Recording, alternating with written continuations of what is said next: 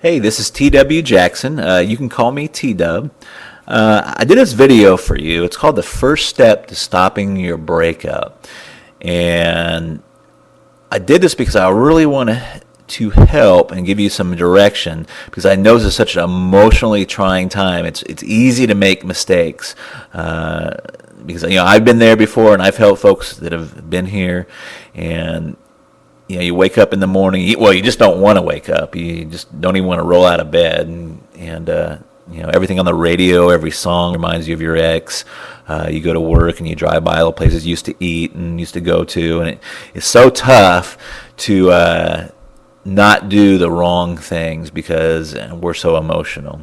So this is the purpose of the video, and I sure hope it helps you out.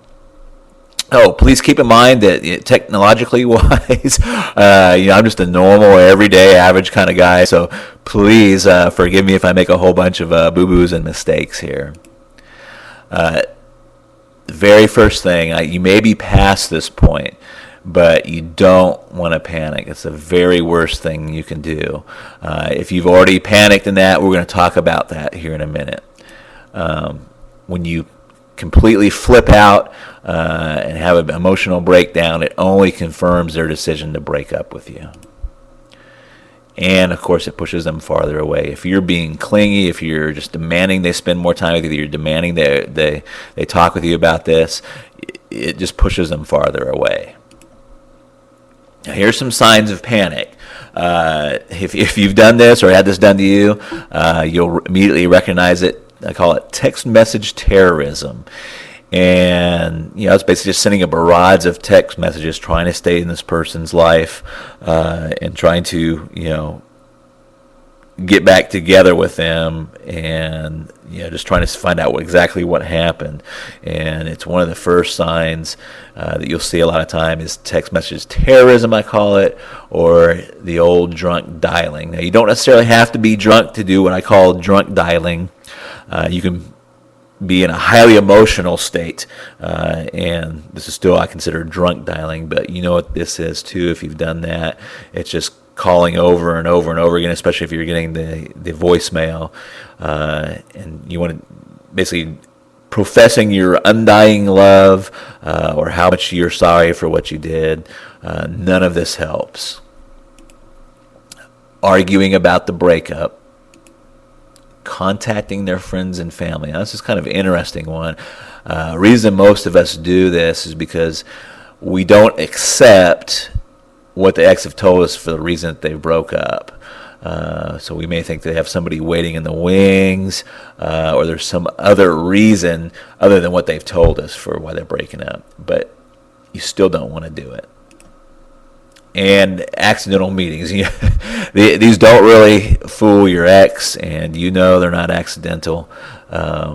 So another thing you don't want to do. So if you don't want to do all those things, what should you do? And this is really tough because it's counterintuitive. What you should do is counterintuitive and opposite of your feelings.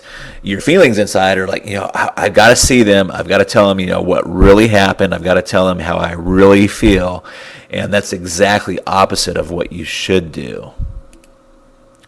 So here's the big secret. For right now, you want to agree with the breakup. That's right. You just calm, you're cool, and you agree with the breakup. Again, that's calm, and you're cool and okay with it. Now, you may already be past this point. Like I said, you might have already kind of freaked out a little bit. Don't feel bad. That happens. But if you run into them again or see their friends or family, you now want to be calm, cool, and okay with the breakup. And the big thing is you'll be way ahead of the game if you just don't do all that crazy stuff. We're talking about the text message terrorism, the drunk dialing, and trying to see all their family and friends in that. Now, why does this work? Well, it works for a lot of very powerful psychological reasons. I'm just going to talk about a couple. And I can't remember if it was my father or my grandfather that introduced me to this phrase, but it's so true through life. It's the hungry dog doesn't get fed. If you just imagine for a moment, you hear some scratching on your front door, and you open the door, and it's some mangy dog with his ribs sticking out, and you can tell he's starving to death. But your first instinct is to get him out, to get him away from your doorstep. Now, if you open that door and, it's a well-groomed dog, you tell he's fed, he's got a collar, he belongs to somebody, and you treat that dog a lot better than you treat the dog that's, kind of showed up on your doorstep hungry, if you will. Now, their main psychological reason, and please burn this into your head or memory, write it down, is people want what they can't have. This is so true. Whether it's jobs, when is it hardest to get a job? When you don't have a job. It's easy to get a job when you already have one. The same is true with money and credit. They loan money to people that don't need the money all the time. When you have no credit, it's almost impossible to get any credit. And the same things hold true with love and attention. So, if you've blown it, it's okay. Is there still a chance? You betcha. And here's what you want to do. You just want to write a short note and include these things. Don't add to it and don't take away from it. But you want to let them know you're okay with the breakup now. You tell him or her that you agree with the decision to break up. If you did something bad, like have an affair, just briefly apologize. If you didn't do anything bad, don't find something to apologize about. That will be worse. But if you did something bad, just briefly apologize.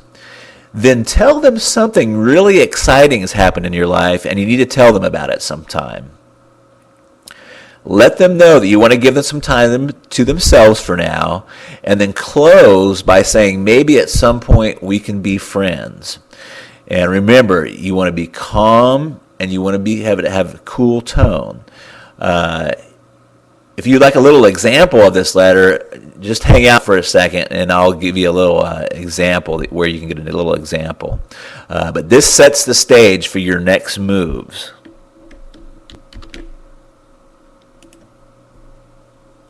Now, if you'd like to learn more, I really debated over this because for a couple reasons. These are very controversial tactics, and some have called these mind control, and I've not very often because I'm usually helping people that want to get back with their exes, but it makes me very leery, and I thought for a long time before I actually released some of this information because I don't know who is exactly is going to be getting this. I'm assuming that you're an average, well-meaning individual and that you're trying to get back with your ex with good intentions. So I just want to say that this is not for stalkers. It's not to be used for any kind of revenge. Don't try to get back together with them and just to break up with them or break their hearts. And I'm just going to throw a blanket out there. It's not for cuckoos, crazies, or weirdos.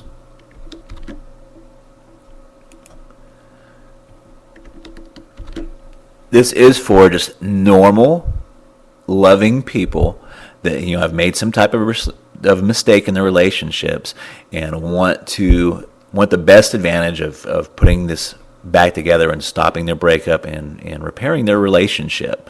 So if you'd like to learn more, just simply click the blue link below, or there may be a blue link to the right of this video. And I'll also have a little sample letter for you like I've showed you previously. So I hope this video has helped you, and I look forward to seeing you and rapping with you down the road. Talk to you later. Bye-bye.